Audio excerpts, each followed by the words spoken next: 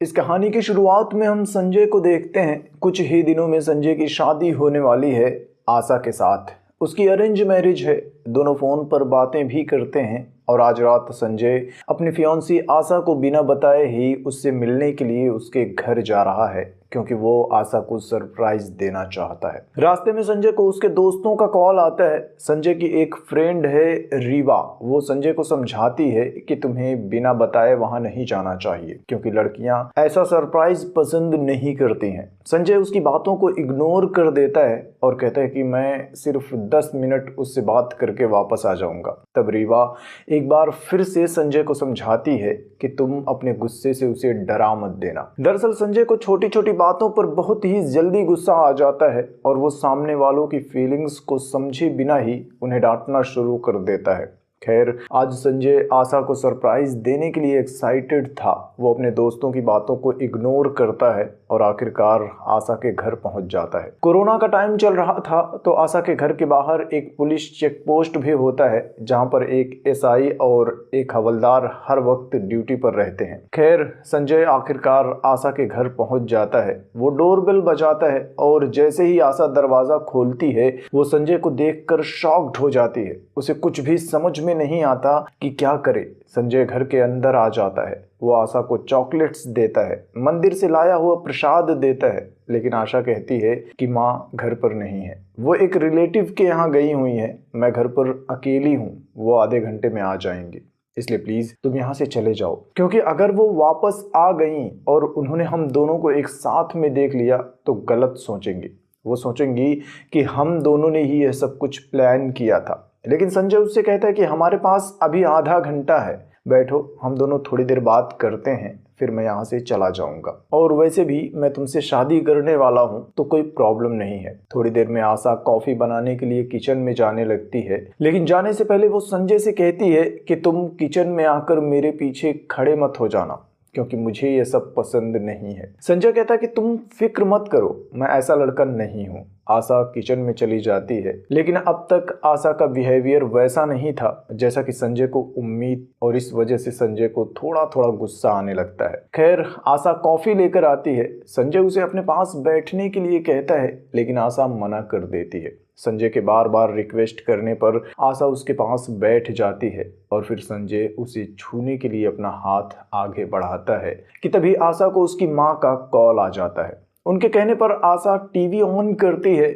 तब पता चलता है कि आज रात 12 बजे से पूरे देश में लॉकडाउन लग जाएगा और किसी को भी कहीं भी आने जाने की परमिशन नहीं होगी। न्यूज़ देखने के बाद आशा संजय से कहती है कि तुम्हें अभी यहाँ से निकलना होगा, नहीं तो तुम फंस जाओगे। संजय अब भी रोमांटिक होकर जाने से मना करता है, लेकिन आशा जिद करती रहती है और आखिरकार संजय अपने घर जाने के लिए बाहर निकलता है। वो जैसे ही गाड़ी लेकर बाहर आता है, गेट पर पुलिस वाले उसे रोक लेते हैं। वो संजय से कहते हैं कि लॉकडाउन लग चुका है और किसी को भी कहीं आने जाने की इजाजत नहीं है। संजय उसे कहता है कि लॉकडाउन 12 बजे लगेगा और अभी 12 बजने में 1 घंटा बाकी है, मुझे अपने घर पहुंचने में 2 घंटे लगेंगे। तब इंस्पेक्टर कहता है कि तुम्हें अपने घर पहुंचने में 2 घंटे लगेंगे, इसलिए मैं तुम्हें यहाँ से जाने नहीं दूंगा। इसके बाद मजबूर होकर संजय वापस घर के अंदर आशा के पास चला आता है। संजय के पास अब घर जाने का कोई ऑप्शन नहीं बचा था। यह जानकर आशा इरिटेट हो जाती है। वो कहती है कि तुम्हें किसी भी तरह से यहाँ से चले जाना चाहिए, अगर माँ को या फिर मेरे रिश्तेदारों को पता चला तो बहुत प्रॉब्लम हो जाएगी। संजय गुस्सा हो जाता है। वो कहता है कि सिर्फ 2 हफ्ते में ही हम दोनों शादी करने वाले हैं और तुम इस तरह से परेशान क्यों हो रही हो। आशा कहती है कि अब तो लॉकडाउन लग चुका है, पता नहीं शादी होगी या पोस्टपोन करना पड़ेगा। यह सुनकर संजय और भी गुस्सा हो जाता है। तभी संजय को रेवती का फोन आता है। वो संजय के साथ मजाक करना शुरू कर देती है कि तुम अपनी होने वाली वाइफ के साथ घर में अकेले हो, कैसा लग रहा है। संजय रेवती के ऊपर भी बहुत गुस्सा होता है और उसे भी डांट कर फोन कट कर देता है। जिसके बाद आशा उससे कहती है कि तुम हर किसी पर गुस्सा होते रहते हो, खासकर लड़कियों पर। मेरे साथ भी फोन पर तुम ऐसे ही गुस्सा होते थे। कोई लड़की पूरी लाइफ ऐसा कैसे सहन कर सकती है, कभी सोचा है। संजय कोई जवाब देता उसके पहले ही आशा को उसकी माँ का कॉल आ जाता है। संजय के पापा ने उन्हें बता दिया था कि संजय उनके घर गया है। आशा की माँ किसी गवर्नमेंट डिपार्टमेंट में काम करती है। वो आशा से कहती कि मैं संजय के ट्रांसपोर्ट का इंतज़ाम कर दूंगी, लेकिन तुम ध्यान रखना क्योंकि लॉकडाउन लग चुका है, शादी कब होगी पता नहीं और लोगों का मन भी बदल सकता है। इसके बाद वो संजय से भी बात करती है और उसे कहती हैं कि मैं कल सुबह तुम्हें घर भेजने का इंतज़ाम कर दूंगी। फ़ोन रखने के बाद आशा फिर से परेशान होकर बैठ जाती है क्योंकि एक सेकंड के लिए भी अपने घर में संजय की मौजूदगी उसे अच्छी नहीं लग रही थी और संजय भी छोटी छोटी बातों पर गुस्सा हो रहा था। खैर दोनों काफ़ी देर तक बैठकर बातें करते हैं, कुछ गुस्से में तो कुछ प्यार से, और फिर दोनों सोने के लिए अलग अलग कमरे में चले जाते हैं। बाहर पुलिस वाले अभी भी अपनी ड्यूटी कर रहे होते हैं और इधर कमरे में सोते हुए अंधेरे में संजय को कुछ गिरने की आवाज़ सुनाई देती है। संजय कमरे के बाहर आकर चेक करता है तो पानी की बोतल नीचे गिरी हुई थी। संजय उसे उठाकर टेबल पर रख देता है और वापस अपने कमरे में आकर सो जाता है। अगली सुबह संजय की आंख खुलती है, तब तक आशा उसके लिए नाश्ता तैयार कर देती है। दोनों टेबल पर नाश्ता कर रहे होते हैं। तब आशा संजय से कहती है कि लॉकडाउन में भी मेडिकल इमरजेंसी की परमिशन है और कुछ लोग एक एम्बुलेंस से तुम्हारे शहर में पेशेंट लेकर जाने वाले हैं, जिसमें माँ ने तुम्हारे जाने का इंतजाम कर दिया है। तो जब एम्बुलेंस आएगी तुम उसमें चले जाना और बाद में आकर अपनी गाड़ी ले जाना। नाश्ता करने के बाद आशा अपना हाथ धो रही होती है कि तभी संजय उसके पास आता है और उससे पूछे बिना ही वो आशा के साथ एक सेल्फी ले लेता है और अपने दोस्तों को भेज देता है। आशा उसकी इस हरकत से बहुत नाराज होती है, लेकिन संजय कहता है कि इसमें कोई प्रॉब्लम नहीं होगी। वो दोनों बातें कर ही रहे होते हैं कि संजय को ऊपर से कुछ गिरने की आवाज़ सुनाई देती है। संजय ऊपर के कमरे में चेक करने के लिए जाने लगता है। आशा उसे रोकने की कोशिश करती है, लेकिन संजय नहीं मानता। वो ऊपर जाता है और ऊपर के कमरे में वो एक आदमी को देखता है जो कि उम्र में काफ़ी बड़ा था और देखने में भी डरावना लग रहा था। उस आदमी को देखकर संजय गुस्से में आशा से पूछता है कि ये कौन है और उसे मारने के लिए एक डंडा भी उठा लेता है। आशा उससे कहती है कि ये मेरा बॉयफ्रेंड जो है। दरअसल आशा और जो दोनों की मुलाकात फेसबुक पर हुई थी और चैटिंग करते करते आशा को उससे प्यार हो गया था। शादी फिक्स होने के बाद आशा और संजय दोनों फ़ोन पर बातें करते थे, लेकिन संजय बात बात पर आशा से गुस्सा हो जाता था, उसे डांटता था, जबकि चैटिंग करते हुए जो आशा के साथ बहुत प्यार से बातें करता था और इसलिए आशा संजय से शादी नहीं करना चाहती थी। कल रात आशा जो के साथ घर से भागने वाली थी, लेकिन उसके निकलने से पहले सरप्राइज देने के लिए संजय उसके घर आ गया था, जिससे कि आशा का प्लान फेल हो गया था और इसलिए आशा संजय को हर हाल में वापस भेजना चाहती थी। खैर अब आशा संजय को जो के बारे में जो भी जानती थी सब कुछ बताती है कि जो एक ट्रैवलर है और साउथ अफ्रीका के जंगलों में रहकर शिकार करता है। यह सुनकर संजय कहता है कि तुम्हें मुझसे शादी नहीं करनी वो ठीक है, लेकिन तुम एक ऐसे इंसान के साथ कैसे भाग सकती हो जिसका ना कोई घर है ना ही कोई बैकग्राउंड। तुम इसके बारे में जानती ही क्या हो? मैं तुम्हें इसके साथ जाने नहीं दूंगा। आशा कहती है कि तुम कौन होते हो मुझे रोकने वाले?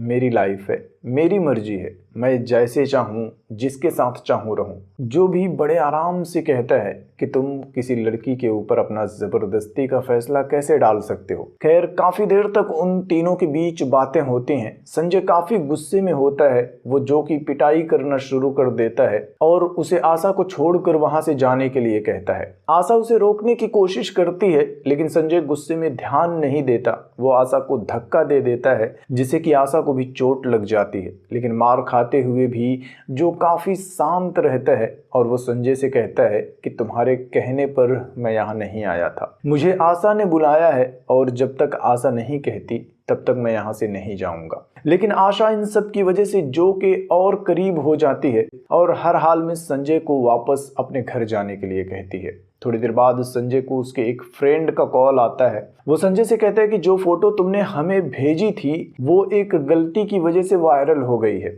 और एक ऑनलाइन न्यूज़ आर्टिकल ने तुम्हारे फोटो के साथ आर्टिकल पब्लिश किया है कि एक लड़का अपनी फियांसी से मिलने के लिए गया था, लेकिन लॉकडाउन की वजह से फंस गया है और अब उसके साथ उसके घर पर अकेले है। यह सुनकर संजय उदास हो जाता है, लेकिन आशा उससे और भी गुस्सा हो जाती है।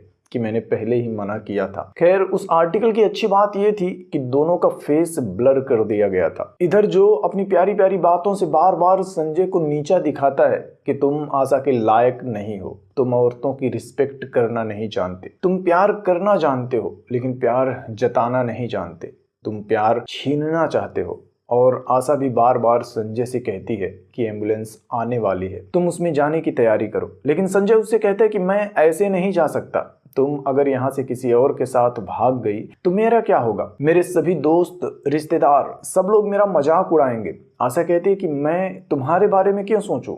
मैंने ही जो को बुलाया है और मुझे बस जो के साथ यहाँ से हर हाल में जाना है। संजय कहता कि ऐसा नहीं हो सकता, मैं तुम्हें इसके साथ नहीं छोड़ सकता क्योंकि तुम इसके साथ सेफ नहीं हो। लेकिन आशा उसकी कोई भी बात सुनने को तैयार ही नहीं थी। काफी बहस के बाद आखिरकार संजय आशा से कहता है कि लॉकडाउन का बहाना करके हम दोनों शादी पोस्टपोन्ड कर देते हैं, तुम्हें थोड़ा समय मिल जाएगा, उसके बाद फिर हम दोनों यह कहकर शादी कैंसिल कर देंगे कि यह हम दोनों का फैसला है और फिर तुम जिसके साथ चाहो भाग जाना। यह सुनकर जो कहता है कि इसका मतलब तुम खुद के ईगो को सेटिस्फाई करने के लिए सारा इल्जाम आशा के ऊपर डालना चाहते हो। इसके बाद संजय को एक बार फिर से गुस्सा आ जाता है और वो एक बार फिर से जो की पिटाई करना शुरू कर देता है। ऐसा कई बार होता है और फिर संजय जो से कहता है कि अगर तुम यहाँ से नहीं गए तो मैं पुलिस वालों को बता दूंगा कि तुम जबरदस्ती इस घर में घुसे हो। जो कहता है कि मेरे पास अफ्रीकन पासपोर्ट है तो कोई भी पुलिस मुझे अरेस्ट नहीं कर सकती। आशा भी कहती है कि मैं भी पुलिस से कहूंगी कि मैंने जो को बुलाया है और तुम मेरे घर में जबरदस्ती घुस आए हो। खैर, इस तरह से उन तीनों के बीच काफी देर तक बहस होती है। संजय कई बार जो की पिटाई करता है और आखिर में जो आशा से बड़े प्यार से कहता है कि प्लीज मेरे लिए एक कप कॉफी बना दो। आशा वहां से चली जाती है। तब जो और संजय के बीच बातचीत शुरू हो जाती है और जो संजय को अपना असली चेहरा दिखाता है। वो संजय से कहता है कि तुमने बार बार मुझे मार कर मेरे साइकोपन को ट्रिगर कर दिया है और अब मैं एक मर्डर करना चाहता हूँ। यह सुनकर संजय डर जाता है और पूछता है कि तुम किसे मारना चाहते हो? जो कहता है कि मेरे लिए आसान शिकार कौन है, मैं उसे मार कर यहाँ से चला जाऊंगा। पुलिस वालों को भी नहीं पता कि मैं यहाँ हूँ तो सारा इल्जाम तुम पर आएगा। यह सुनकर संजय डर और गुस्से में आकर फिर से जो की पिटाई करने लगता है और आशा फिर से उनके बीच में आकर जो को बचा लेती है और संजय को जो से दूर रहने के लिए कहती है। इसके बाद जो के कहने पर आशा कॉफी लेने के लिए किचन में चली जाती है। लेकिन जब आशा कॉफी लेकर बाहर आती है तब देखती है कि जो ने संजय की गर्दन को बुरी तरह से पकड़ रखा है। जो संजय को मारने वाला है और उसके चेहरे पर और जो के चेहरे की खुशी देखकर आशा भी पहली बार जो से डरने लगती है। वो जो से संजय को छोड़ने के लिए कहती है। जो संजय को छोड़ देता है लेकिन अब आशा को जो से डर लगने लगता है। जो भी साइको जैसा बर्ताव करना शुरू कर देता है। वो आशा से कहता है कि तुम्हारे परफ्यूम की महक मेरे साइकोपन को ट्रिगर कर रही है, पर मैं तुम्हें नुकसान नहीं पहुंचाऊंगा, लेकिन जब तुम मेरे साथ जंगल में रहने चलोगी तब तुम ये परफ्यूम मत लगाना। जो का अचानक से बदला हुआ बिहेवियर देखकर आशा और संजय दोनों डर जाते हैं। आशा उससे पूछती है कि आखिर तुम हो कौन? तुमने तो कहा था कि तुम एक ट्रैवल कंपनी में काम करते हो। तब जो उसे अपने बारे में सब कुछ बताता है। दरअसल 20 साल पहले जो इंडिया से साउथ अफ्रीका में शिफ्ट हुआ था और जिस ट्रैवल कंपनी में जो काम करता था वो कंपनी फॉरेस्ट हंटिंग लाइसेंस देती थी, जो साउथ अफ्रीका के जंगलों में जानवरों का शिकार करता था, जिसमें जो को बहुत मजा आता था। वो आशा से कहता है कि तुम भी मेरे साथ शिकार पर चलोगे, मैं तुम्हें सब कुछ सिखा दूंगा और जब तुम अपना पहला शिकार करोगी तब तुम्हें उसका खून भी पीना होगा, क्योंकि हम शिकारियों का यही रिवाज है। उसकी बातें सुनकर आशा बुरी तरह से डर जाती है और डर के मारे वो संजय का हाथ पकड़ लेती है। उनका डर उन दोनों को एक दूसरे के करीब कर देता है। तभी आशा को उसकी माँ का कॉल आता है। वो आशा से कहती है कि एम्बुलेंस पहुंचने वाली है, संजय से कहो कि जाने के लिए तैयार हो जाए। संजय भी उनकी बातें सुनकर जाने के लिए खड़ा होता है, लेकिन आशा उसे रोक लेती है। इसके बाद वो रोते हुए जो से कहती है कि तुम यहाँ से चले जाओ, मैंने शायद जल्दबाजी में एक गलत फैसला कर लिया था, प्लीज हम दोनों को जिंदा छोड़ दो। आशा को रोते हुए देखकर जो का मन बदल जाता है। जो उन दोनों को बताता है कि बचपन में मेरा बाप भी मेरी माँ को बहुत मारता था वो हमेशा रोती रहती थी और शायद इसी वजह से मैं किसी लड़की को रोते हुए नहीं देख सकता। मैं तुम्हारे बुलाने पर तुम्हारी हेल्प करने के लिए यहाँ आया था और अब तुम कह रही हो तो मैं यहाँ से चला जाऊंगा। वो चुपचाप अपना बैग उठाता है, आशा और संजय को अकेला छोड़कर गेट के बाहर आ जाता है। पुलिस वाले उसे देखकर पूछते हैं कि तुम कौन हो? तब जो उनसे कहता है कि मैं ही तो संजय हूँ और एम्बुलेंस में जाने वाला हूँ, तुम्हें फ़ोन तो आया ही होगा। थोड़ी देर में वहाँ एम्बुलेंस भी आ जाती है और पुलिस वाले भी उसे संजय मानकर एम्बुलेंस में जाने देते हैं। इधर घर के अंदर आशा और संजय दोनों एक साथ बैठे होते हैं, लेकिन अब उन्हें एक दूसरे से कोई शिकायत नहीं थी। तभी आशा को उसकी माँ का कॉल आता है, लेकिन आशा अपनी माँ से कहती है कि संजय एम्बुलेंस में बैठ नहीं पाया है। वो जब तक एम्बुलेंस के पास जाता तब तक वो लोग चले गए थे। आशा की माँ थोड़ा सा नाराज होती है, लेकिन फिर उन दोनों को संभल कर रहने के लिए कहती है और फ़ोन रख देती है। इसी के साथ ये फिल्म भी ख़त्म हो जाती है।